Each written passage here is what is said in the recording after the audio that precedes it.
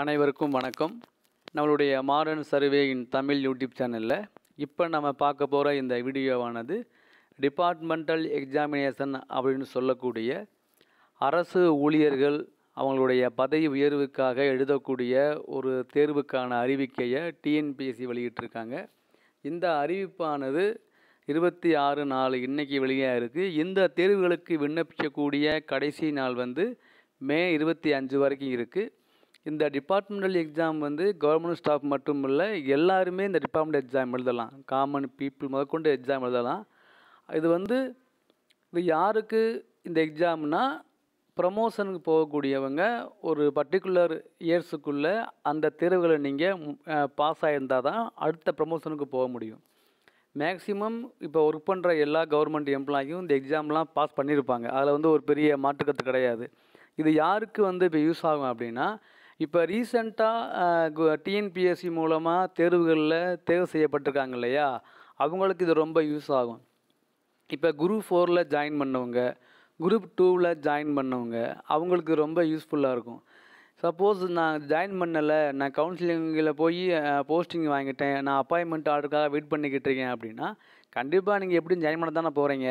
அப்போ நீங்கள் எந்த டிபார்ட்மெண்ட்டில் எந்த போஸ்ட்டை நீங்கள் தேர்வு செஞ்சுருக்கீங்களோ அந்த போஸ்ட்டுக்குள்ளே, எந்த டிபார்ட்மெண்ட்டில் நீங்கள் எந்த போஸ்ட்டை நீங்கள் தேர்வு செஞ்சுருக்கீங்களோ அந்த போஸ்ட்டுக்கு உண்டான அந்த தேர்வுகளை நீங்கள் இப்போ விண்ணப்பித்து நீங்கள் எக்ஸாம் எழுதிருங்க.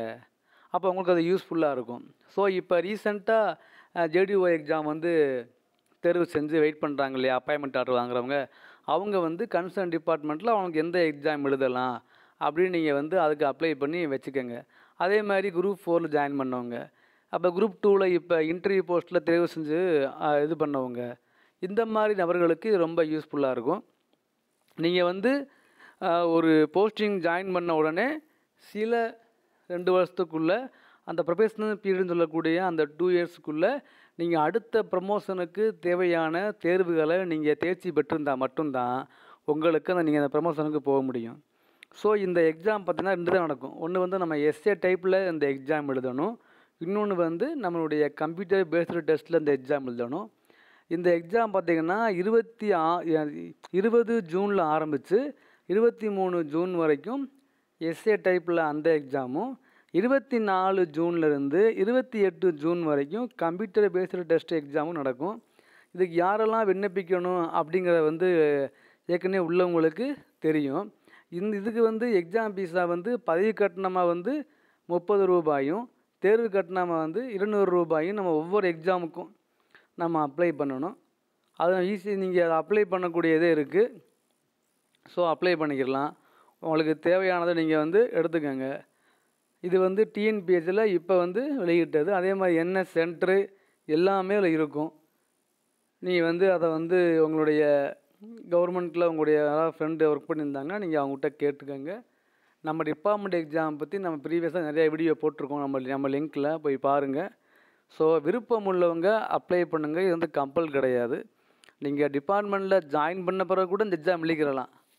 அதனால் நீங்கள் இப்போ போஸ்டிங் ஆர்டர் வாங்கி வெயிட் பண்ணுறீங்க, ஜாயின் பண்ணுறதுக்கு இன்னும் அப்பாயின்மெண்ட் ஆர்டர் வரலை, அந்த சூழ்நிலையில் இப்போ நீங்கள் இந்த எக்ஸாமை எழுதி நீங்கள் கிளியர் பண்ணி வச்சுக்கிட்டிங்கன்னா அப்போ உங்களுக்கு யூஸ்ஃபுல்லாக இருக்கும். ஏன்னா அடுத்தது எப்போ வரும்னா, இது ஒவ்வொரு வருஷமும் 2 முறை கால்ஃபர் பண்ணுவாங்க. மே மாதம் இப்போ வருது இல்லையா, அடுத்து நவம்பர் டிசம்பரில் தான் வரும்.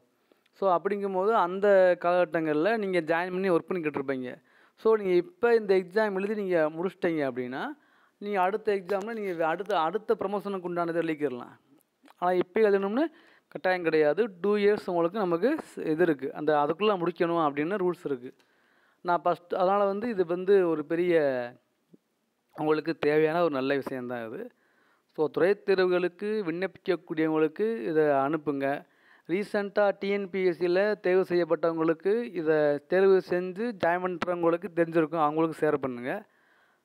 செலக்ட் ஆகி கவுன்சிலிங்கில் போஸ்டிங் செலக்ட் பண்ணிவிட்டு அப்பாயின்மெண்ட் ஆர்டருக்காக வெயிட் பண்ணுறாங்க இல்லையா, அவங்களுக்கு ஷேர் பண்ணுங்கள். அவங்களுக்கு இதை ஒரு ஐடியா கிடைக்கட்டும். ஏதாவது டவுட்னா கமெண்ட்டில் கேளுங்க, நம்ம ரிப்ளை பண்ணுவோம். தேங்க்யூ.